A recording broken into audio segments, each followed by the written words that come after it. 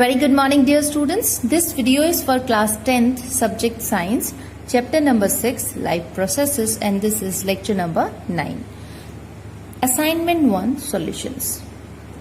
So children, in assignment 1, we were having 10 questions, and the first question is, why circulatory system is needed in bigger organisms like human beings? So children, to answer this question, we have the reason that the bigger organisms, they have the complex structure and the specified structures for doing a particular work. So there is a need to transport nutrients, gases and waste. So diffusion can take place to transport nutrients, gases and waste, but this process is very limited. This happens in the simplest organisms because this allows only a limited amount of water, nutrient and gases and waste developed during the gas exchange or metabolic activities, and that is why there is a need to have a circulatory system that can push the transport or for example, we have the heart inside our body. So that heart is the circulatory system of our body in which the blood is the main tissue that functions. That supplies the nutrients, gases, and it also transports the waste from different parts of the body. So that's why to fulfill the needs of a complex organism, there is a need of circulatory system because simple diffusion cannot meet the requirements. So the important thing about heart is that it is a closed loop system. So blood that flows in the body is having a pressure so that it can efficiently supply and transport nutrients, gases and waste inside the body. Question number 2 is, why is oxygen needed by our body? And the answer is that oxygen is required for complete oxidation of food so that we can get the nutrients which provide us finally the energy. And this energy is utilized in doing the important functions inside the body by the cells. Question number 3 is, what are amino acids? How many amino acids are there we have in our body? So children, amino acids are the organic compounds and they are composed of nitrogen, hydrogen, oxygen, and mainly as it has been told that it is an organic compound, so it also consists of carbon. Along with all these elements, it will always have a side chain group which is variable, and this group decides that which amino acid this compound will form. And we all know that amino acids are the basic unit of proteins. 100 or many number of amino acids, they combine to form proteins, and that's why amino acids and proteins, they are also called as building blocks of life. Amino acids are mainly of 3 types: essential, non-essential and conditional amino acids. Essential amino acids are those which cannot be made by the body itself and they need to be taken in the form of the food or the diet that we have. Non-essential ones, as the name suggests, these are not required outside from the diet. It can be made inside the human body also or any other living organism also. Conditional ones are the amino acids which are not essentially required. They are only required during some particular conditions like stress or illness. So there are more than 20 different amino acids that we have in our body as essentials and non-essential and conditional amino acids. Here we have some examples for them, like the essential ones are histidine, leucine, isoleucine, lysine, phenylalanine, methionine, threonine, tryptophan and valine. Same here we have the non-essential ones, alanine, arginine, asparagine, aspartic acid, glutamic acid, cysteine, glutamine, glycine and proline. Then we have some of the conditional ones which are non-essentials also, like arginine, cysteine, glutamine, proline and serine. Then question number 4 is, what are the functions of circulatory system? So children, as we all know that circulatory system is basically the system that circulates the nutrients, gases and the waste materials, waste products from different parts of the body. So we know it is the heart that pumps the blood and it is the blood that circulates all these things. So the functions of circulatory system is to circulate oxygen, to remove carbon dioxide as it is exchanged during the respiration, to provide the nutrients to all the cells of the body, to protect the body against the disease as the WBCs are present in the blood, to protect from excess blood loss with the help of blood clotting mechanism, because we have the blood cells called platelets which have the mechanism of blood clotting. So they help in protecting the excess loss of blood. Circulatory system also maintains the body temperature. It carries the chemical messengers called hormones, which are responsible for various activities and various type of reactions that happen inside the body. Question number 5 is, what is systolic and diastolic blood pressure? So children, we know that when the blood is pumped by the heart, then it pushes the arteries, or it provides some force on them, on the walls of the arteries. So it depends that what condition of the heart we are assuming. So depending upon that, there can be two types of blood pressures. One is called systolic blood pressure, another is called diastolic blood pressure. Systolic blood pressure is the pressure of blood inside the arteries during ventricular contraction. So this is the case when the ventricles, they empty themselves into the aorta and pulmonary artery.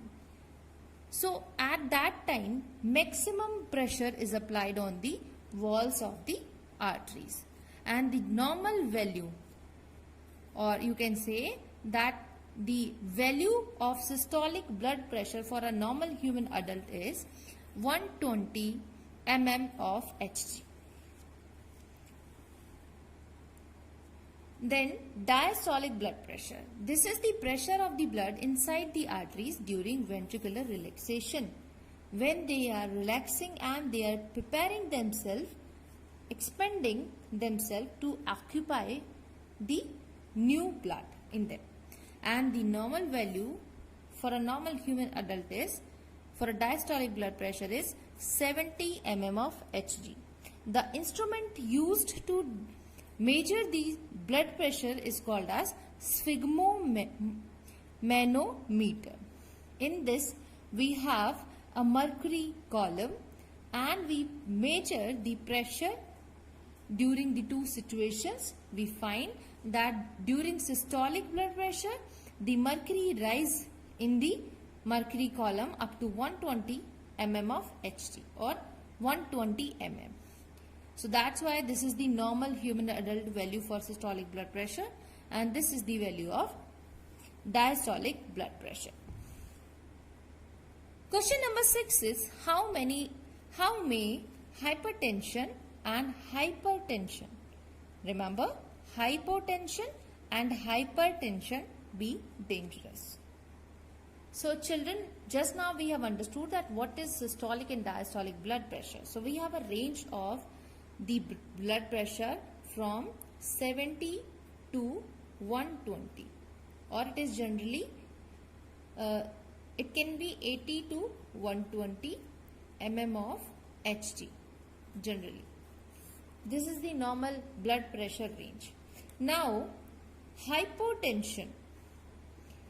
Hypotension is a condition in which blood pressure is lower than the normal value of diastolic blood pressure. That means for a normal human adult, we have, if we write it as systolic by diastolic blood pressure, then the normal range is 120 by 80. That means 120 mm of Hg during systolic and 80 mm of Hg during diastolic blood pressure. But when there is a sudden drop in blood pressure, remember, sudden drop, because many of the human beings, they adjust in the low blood pressure also. The low blood pressure lower than this range, for example 60 by 80 or 80 by 60 or 100 by 80. These can be the normal values also for some human beings. But if in this situation they do not feel any kind of dizziness or faint, then this is the normal value for them. But if there is a sudden drop in BP and it is causing dizziness and fainting, then it is called as hypotension or low blood pressure. It can cause a shock. When we are feeling dizziness and fainting, this can lead to a shock. So we should try to keep the value about 120 to 80. Second situation is hypertension. That means high blood pressure. So when the blood pressure is higher than the normal values, it's called as hypertension. And if a person remains in the high blood pressure condition for a long time, then it can cause heart problems like heart attack or some kind of strokes, and it can be as fatal as death if it is not treated in a right way. Question number 7 is, what advantages does aerobic respiration have on anaerobic respiration? So children, we know what do you mean by aerobic respiration? That respiration which is done in the presence of oxygen, and anaerobic respiration which is done in the absence of oxygen. So what is the advantage of the respiration done in the presence of oxygen? Here we have some of the advantages. So the first advantage is that the complete oxidation of the food occurs. It provides more energy as compared to the anaerobic respiration, and it is comparatively less or non-toxic as compared to the anaerobic respiration. Question number 8 is, why is excretion important? Write main excretory products in humans. So children, although excretion means removal of the waste products from the body, but for example, there is here during the respiration CO2 is removed because it is a waste product of the cell activities. It is waste for us, so that is why it is removed during respiration. Then we have the solid food or unabsorbed food from which the nutrients have been absorbed. So this is also a waste material for us, and it is being excreted out, or you can say being removed with the help of process egestion.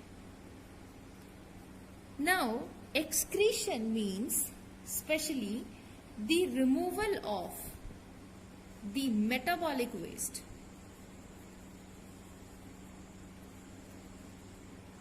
Or especially the nitrogenous waste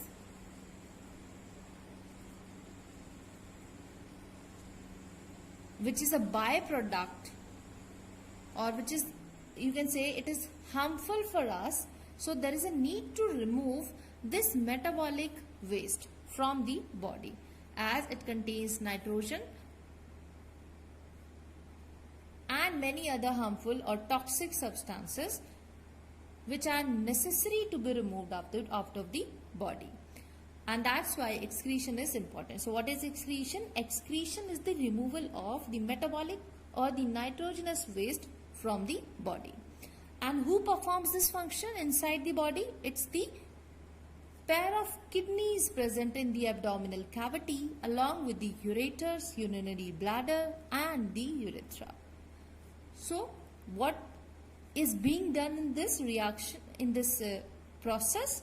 Here the blood which carries the metabolic waste, which transports the metabolic waste, so that blood is getting filtered in the kidneys. That's how the excretion takes place, because the nitrogenous waste in the form of urine that we excrete out of the body. Then write main excretory products in human. So children, main excretory products in humans, one example of this can be sweat. Sweat is also an excretory product that is excreted out by the sweat glands. It is also containing the waste that comes out of the metabolic activities. And the another main product of the excretory products is the urine. And what is the chemical composition of urine? Most of the part is water. Along with that we have nitrogen, urea, creatinine, ammonia, uric acid, oxalic acid, amino acids, some vitamins, sulfates, some of the ions, iodine, some harmful metals like arsenic and lead. Many a times in the case of diabetic patients, glucose is also filtered in the urine. And the presence of glucose tells that that person is suffering from some kind of diabetes. Question number 9 is, why is CO, carbon monoxide, so lethal? Lethal means why it is so harmful for us. So children, carbon monoxide is very lethal to us, or it is very harmful to us because it is very toxic. And you can imagine the toxicity of it, that it has been called as a silent killer. It can cause death very quickly and quietly, that even the person who has inhaled the carbon monoxide, he will not even know that he is under the effect of carbon monoxide. Why this happens? Because it is indetectable to humans. It is tasteless and odorless, because of which we cannot identify the presence of carbon monoxide. And from where it is produced? It is produced by the incomplete combustion or burning of carbon-based fuels. So whenever this happens, the carbon monoxide gets produced. And whenever we are in the area of carbon monoxide, or somehow we inhale it, then what is the process or what are the symptoms that we can identify? Because it is tasteless and odorless. So by the taste and odor we cannot identify the carbon monoxide. But if we feel some kind of dizziness, some kind of headache, some kind of improper vision, some kind of hearing problems, then you should understand that you are in a carbon monoxide or in a toxic area. So this is only the method by which we can protect ourselves from this silent killer.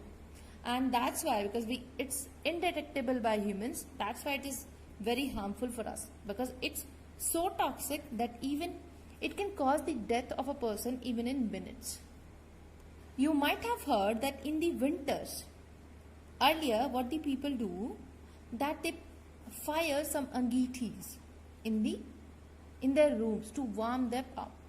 But when the rooms are closed, that incomplete combustion of the fuel that we put in the angitis, carbon monoxide is produced, because of which that person gets death. He suffers from death.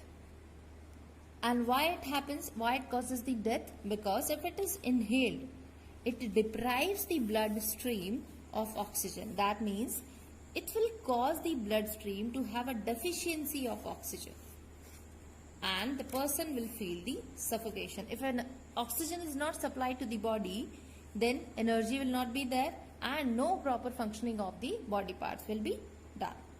And that's why that person meets the death. Question number 10 and the last question of this assignment is, why is it important to maintain appropriate sugar level of blood? It was not clear, so let me read it for you again. Why is it important to maintain appropriate sugar level of blood? So children, we know that carbohydrates that we have as our food, they are composed of what? They are composed of glucose initially, because the carbohydrates that we are taking in are the forms of starch, which are composed of the complex chains of glucose. So the functional unit is glucose only. So, and that glucose is the source of energy for us. So if we need the energy, there is a need to maintain the level of glucose. That means amount of glucose present in the blood. That should be in a particular level. That should be in a particular range. If it is not so, then brain will not function properly, because brain can function in a limited range of blood sugar, which should be after meal less than 140 milligrams per deciliter or 7.8 millimole per liter. Before meal, it should vary from 100 to 125 milligram per deciliter. So you can say that the normal range of the blood sugar level is 100 to 140 milligram per deciliter. But if a person is suffering from a sugar level of 140 to 199, that means it gives the indication that the person suffers from pre-diabetics. The person is going to suffer in the near future from diabetics. And if the value goes up beyond 199, then for sure that person is suffering from diabetes. That means there is excess level of blood glucose in that person. So children, this is all about this assignment 1 solutions, and in the homework of today's lecture you will have the pre-text assignment of chapter 7. Along with that, you have to read chapter number 7 from your NCERT book, that is Control and Coordination. So, I'll see you in the next lecture with the lecture 1 of chapter number 7. Till then, take care and goodbye.